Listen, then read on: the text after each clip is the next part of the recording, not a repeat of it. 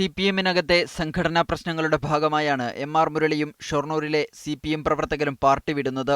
സിപിഎമ്മിൽ നിന്ന് പുറത്തുപോയ ഇവർ ജനകീയ വികസന സമിതി എന്ന പേരിൽ പുതിയ പാർട്ടി രൂപീകരിക്കുകയും ചെയ്തു. തുടക്കത്തിൽ സിപിഎമ്മിനെ JVS ശക്തമായി എതിർത്തിരുന്നു. കഴിഞ്ഞ ലോക്സഭാ തെരഞ്ഞെടുപ്പിൽ JVS വോട്ട് ചെയ്തത് UDF-നാണ്. ഷൊർണൂർ നഗരസഭാ കോൺഗ്രസും JVS-ഉം ഒരുമിച്ചാണ് ഭരിച്ചിരുന്നത്.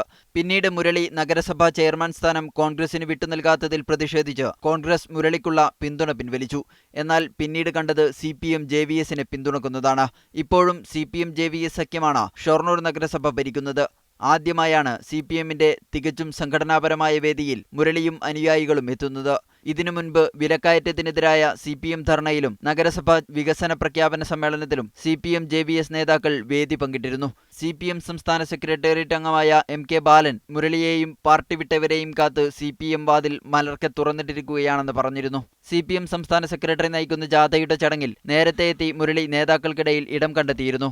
ഇതോടെ വരുന്ന ലോക്സഭാ തെരഞ്ഞെടുപ്പിൽ JVS LDF-നെ പിന്തുണക്കുമെന്ന് ഉറപ്പായി. മുരളിയുടെ മനംമാറ്റം പാർട്ടിയിലേക്ക് തിരിച്ചുവരുന്നതിനാണെന്ന് പാർട്ടി നേതൃത്വം വിശ്വസിക്കുന്നു. അങ്ങനെ സംഭവിച്ചാൽ വരുന്ന ലോക്സഭാ തെരഞ്ഞെടുപ്പിൽ ഷൊർണൂരിൽ നല്ല ഭൂരിപക്ഷം ലഭിക്കുമെന്നാണ് CPM പ്രതീക്ഷിക്കുന്നത്.